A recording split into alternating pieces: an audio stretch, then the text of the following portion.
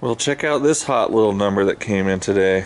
We're going to be putting a very, very simple, small, hot rod style stereo in this 52 Chevrolet.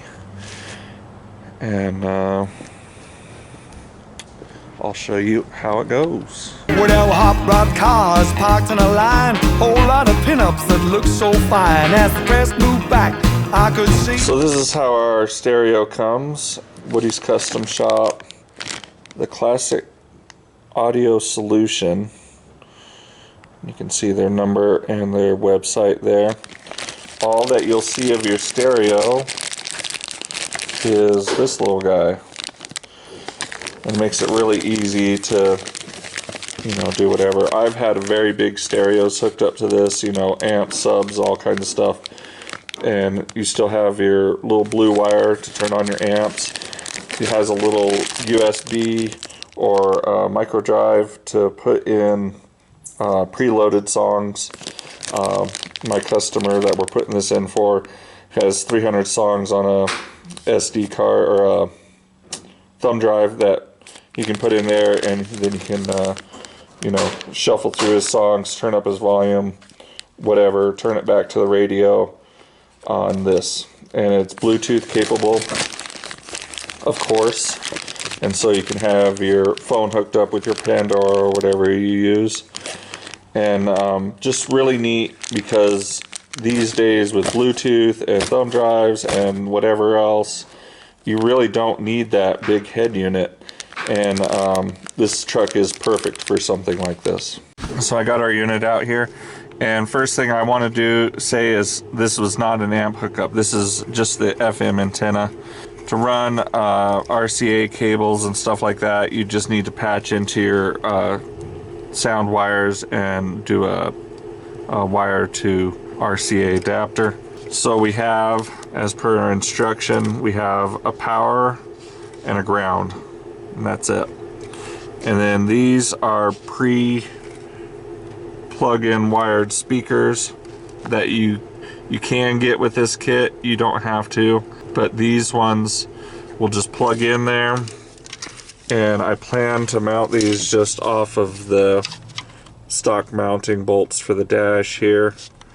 And so we'll just bolt those on, wire our positive and negative in, mount this little guy somewhere, and then mount this little guy somewhere. I'm thinking that I can mount this on here, but we'll see if there's a better spot. We'll get into that.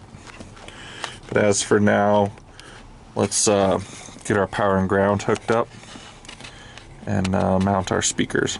I got my power that's going to go on to our radio feed, and I got my ground, which will stick over on this little guy. And so I just put my little ends on there, put a nut up there right on top of the other guy, and I'm supposing that'll make ground. Our power wire to our radio fuse, and that'll go on there. And there he is. Now let's see if these bolts come out so we can mount up those speakers. They might not be the greatest things ever, but what I like about them is we haven't disrupted anything. The only thing we did was take out a factory bolt, put it back in. So a few things we got here. I thought about like drilling a hole through this. I could send the wire through, and then it has the two screws. I could screw it down to the column drop, which would be fine. I'd do it on the other side here, so it'd be easier to use, but I don't think I want to do that. I think I want to make a little bracket that comes off and holds it here. I need to do that, and then that wire obviously is not going to make it over here, so I'm going to have to extend that guy, which is a bit of a bummer. But I think I'll cut this guy off here, plug it in there, and then bring the piece over here. So I got this piece of 1/8, and this 1/8 inch thickness steel. I want to make a stout little bracket because I want to make it little, so it's going to have to be a little strong. This little guy fits right there magically correctly, and so he'll need a hole through the middle for the wire, and then a hole on each end for each screw. And then I think I'll just cut this into a little McJobby liney guy, and we'll cut them kind of long and twist them and bolt it onto the dash. Got our hole drilled through the back of the plate for our wire. Now I want to make a little mark for these. And you can notice I still haven't cut the piece out yet. Makes it a lot easier to work.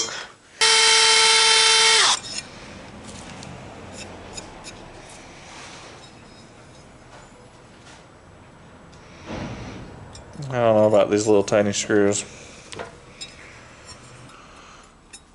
And that kind of falls through, so I'll probably just use a little goo pucky on the screw.